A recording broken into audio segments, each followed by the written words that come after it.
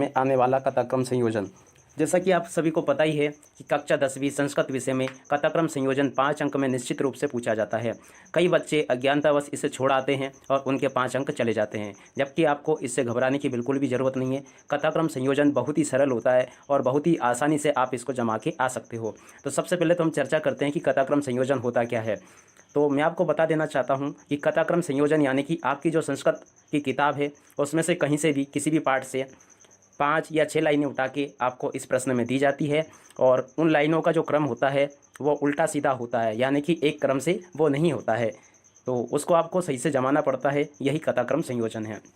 तो आप इसको समझ गए होंगे। तो और आगे अपन समझते हैं इसको कि ये होता क्या है और कहाँ पे पूछा जाता है। तो सबसे पहले मैं आपको बता देता हूँ कि ये कहाँ पर पूछा जाएगा। तो ये देखो, कथाक्रम संयोजन कुरूत जो है 5 अंक में पूछा जाता है और ये प्रश्न क्रमांक 17 में पूछा जाएगा। तो आप इस बात को देख लें। तो आज मैं तुम्हें 2 कथाक्रम संयोजन समझाऊंगा जो कि आपकी वार्षिक परीक्षाओं के लिए बहुत ही महत्वपूर्ण है। आप इसको एक ट्रिक के माध्यम से बहुत ही आसानी से याद करके रख सकते हो। तो एक कथाक्रम संयोजन ये ले रखा है मैंने, आप इसको देख लें और नोट भी कर लें चाहे तो। ये कथाक्रम संयोजन आपकी वार्षिक परीक्षाओं में निश्चित रूप से आएगा। 100% गारंटी इस बात की कि ये कथाक्रम संयोजन आपका इस बार आने वाला है। तो ये लाइनें आपको मोबाइल स्क्रीन पर दिखाई दे रही है। इन लाइनों को आपकी किसी भी पार्ट से लिया गया है, आपकी संस्कृत विषय की जो किताब है उसमें से, और यहाँ पर दे दिया गया है। अब इसमें क्या हुआ है, कारण क्या है कि इसको जो क्रम है इन लाइनों का वो उल्टा सीधा है, उनको आपको क्रम से जमानी है। तो क्रम से किस हिसाब से जमानी है उसके लिए अगर एक तो ये तरीका है कि आपको पूरी जो कथा है, स्टोरी है, वो याद होनी चाहिए तो आप उसको जमा पाओगे, या फिर एक ट्रिक भी है जिस माध्यम से आप इसको आसानी से जमा पाओगे। तो ये आपको दिखाई दे रही है 5 लाइनें, आप बिल्कुल नोट कर ले और इनको क्रम से कैसे जमाते हैं वो भी मैं आपको बताऊँगा। तो इसको क्रम से जमाने के लिए एक ट्रिक ज़रूर आप याद रखिए। यह ट्रिक आपको मोबाइल स्क्रीन पे दिखाई दे रही है। इस ट्रिक को याद रखें, गांव की सीता मैया। अब गांव की सीता मैया के नीचे आप प्रत्येक अक्षर के नीचे उसी प्रकार का एक अंक बना ले। जैसे गा को नंबर 1, वा को नंबर 2, की को नंबर 3, सी को नंबर 4, ता को नंबर 5 और मैया को नंबर 6। कभी कभी 6 लाइन में ये पूछ लेता है, तो अगर वो छठी लाइन पूछेगा तो छठी लाइन का शब्द मैया से होगा। तो अब आपको इस ट्रिक का अप्लाई कैसे करना है वो भी हम देखते हैं। तो अब आपको कुछ भी नहीं करना है, या आपका जो पैसेज या उनने लाइनें जो दे रखी है उनके शुरू के अक्षर आपको देखने हैं और जिसके नीचे नंबर 1 लिखा है उसको नंबर 1 पर, यानी कि अब मैं आपको बनाना सिखाऊं तो जैसे गा व, गाँव जो है गा नंबर वाले को 1 को देना है। यानी कि इस लाइन में आपको देखो तो गा गमले का ये यहाँ पर आपको नज़र आ रहा है शुरू में ये।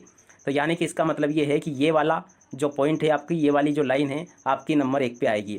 तो ये नंबर 1 पे रखने के बाद में देखो ये गा और ये गा मिल चुका है, आपको दिखाई दे रहा है ना ये। तो ये इसको और इसको समझना है और इसको नंबर 1 पे रख देना है। और आगे अगर देखें वाह है तो वाह से ये वासुदेव वाली लाइन है, 2 नंबर पे ये आ जाएगी। की से देखें तो की से ये वाली लाइन है, तो की वाली ये तीसरे नंबर पे आ जाएगी। सी से देखें तो इसमें सीधा सा सी तो नहीं मिलेगा, ये वाला सी मिल रहा है, तो ये चौथे नंबर पे आ जाएगी। ता वाला देखें तो ये तथा वासुदेवा वाली देख लो, ये अगले नंबर पे आ जाएगी 5वें पे। और अगर कोई सी तो आप मैया वाली लाइन को आखिरी में लिख सकते हो अगर आती है तो, अगर नहीं आती है तो कोई दिक्कत नहीं। तो एक तो ये कथाक्रम संयोजन आप अच्छे से करना सीख लो, ये बहुत आईएमपी है। अब इसको क्या करना है कि उसी क्रम से, जैसे कि 1 2 3 4 5 6 जो क्रम है, इसी क्रम से इन लाइनों को लिख देना है। गा वाली को पहले, इसके बाद में वा वाली को, इसके बाद में की वाली को, इसके बाद में सी वाली को, इसके बाद में ता वाली को। तो ये शुरू के आगे का अक्षर से आपको इस तरह से पहचानना है। तो आशा करता हूँ कि आप बनाना सीख गए होंगे। कमेंट में करके ज़रूर बताना, अगर कोई परेशानी आती है आपको तो वो भी मैं हल कर दूंगा आपकी। तो अब अगला कथाक्रम संयोजन ये है, ये भी आप देख लो। ये ग्राम एक प्राचीन विशाल न्याग्रोध वृक्ष अस्ति, तो ये आप देख लो, ये भी आपके लिए बहुत महत्वपूर्ण है। तो ये भी आपकी परीक्षा में पूछी जाती है। तो अब इसको भी जमाना सीख लेते हैं हम। तो इसके लिए ये ट्रिक याद रखना आप, ग्राम में तरक्की हो आई है। अब इससे ये कैसे जमेगी वो भी हम देखते हैं। तो देखें, ग्राम यानी कि जहाँ पे ग्राम आया हो उसको नंबर 1 पे लिखना है। तो ग्राम कहाँ पे आया है ये देखो, इसको नंबर 1 पे रहने देना। मैं को छोड़ना है, मैं के नीचे कुछ भी नहीं है। तरक्की में से सिर्फ आपको ता लेना है। एक धारा प्रवाह बनाने के लिए इसको मैंने तरक्की किया हुआ है। तो तरक्की में जिसमें ता है उसको 2 नंबर पर लेना है।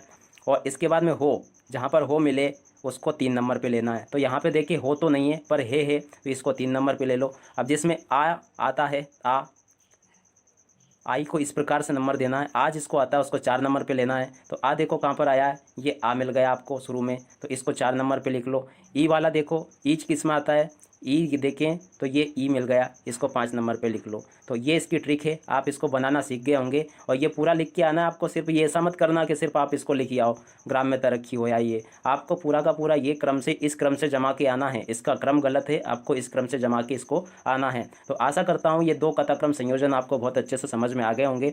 आप इन्हीं को याद कर ले और बार बार लगा के जरूर देख ले।